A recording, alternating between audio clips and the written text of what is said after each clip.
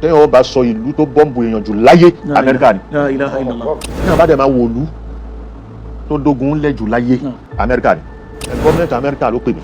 Amẹ́ríkà gẹ́gẹ́ ló pè mí. bẹ́ẹ̀ ni gọ́ọ̀mẹ̀ntì wọn ló pè mí. torí mo sọ pé ẹ bá ń wá terrorism Amẹ́ríkà ni ẹ wá sí àwa yìí tá a wà ní Nàìjíríà ibi tọ́lọ́ ń dá wa sí ká má tó tọwọ́ ara wa fa ogun. Akramakumullah.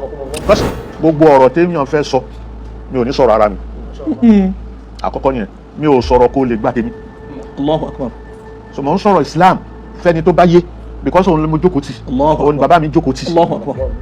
Amẹ́ríkà bọ́ǹbù wọn ó bọ́ǹbù Hiroshima àti Nagasaki ó bọ́ǹbù ẹ̀ tó sọ di ilẹ̀ lẹ̀. La hawla wala quwwata illa billah.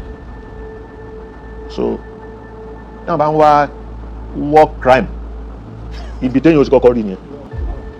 Islam ò ń ṣe terrorism kò ń ṣẹ̀sìn terror.